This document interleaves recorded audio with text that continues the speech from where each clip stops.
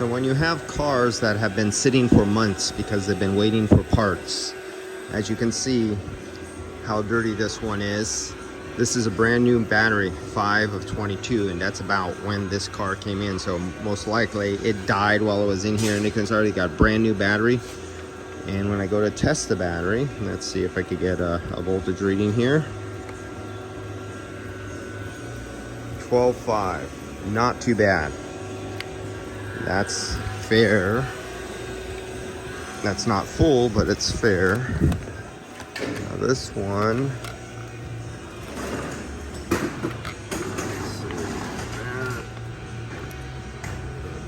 there,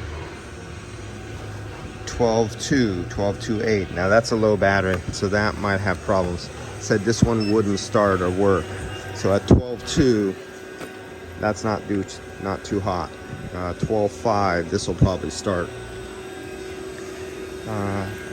But just in case this one's gonna not start, I'm gonna fill this one up as if I can't start it at all, because it might have starting problems.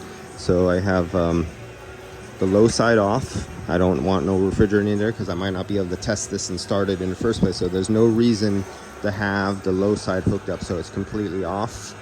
It's off there. I'm just gonna stick liquid inside there, then back push it with some vapor because I'm gonna pretend I cannot start the system. It will not run. So we have it zeroed out. And make sure it can read. It reads. Okay, make sure it zeros. It zeros. 1,060 grams. So let's turn off the vacuum. We already have it all ready. There's already refrigerant in the line. Turn off the vacuum. And let's open up. 1,060 grams. 1, 2, 3. Go. There we go. So we are now putting in the refrigerant into the system. And we need a total of 1,060, so we'll just wait until this gets up to about close to 1,060. And then what I'll do is I'll invert the tank over, put it on the vapor side, and give it a last little squirt of vapor to push the last of the liquid out of the lines into the system. Because this is probably not a running system, okay? There, we're coming up on 1,000. That's 1,050, right about there. We'll stop right there. So 1,040. I know I have another 30 grams in here. Let that set. And so by just giving this a little squirt and open, what will happen is the vapor, because now I have it standing up, the vapor will push the liquid that is inside the system right here, push it out of the red hose and into the system, and there'll be 1,060 grams plus or minus 10, 20 grams. No big deal. This is a huge system. This is as you can see, 1,060 grams plus or minus 30 grams. There you go. That's on the size of that. So now let's give it a little squirt. See the high side pressure? Oh, you can't see it. Boom. That's it.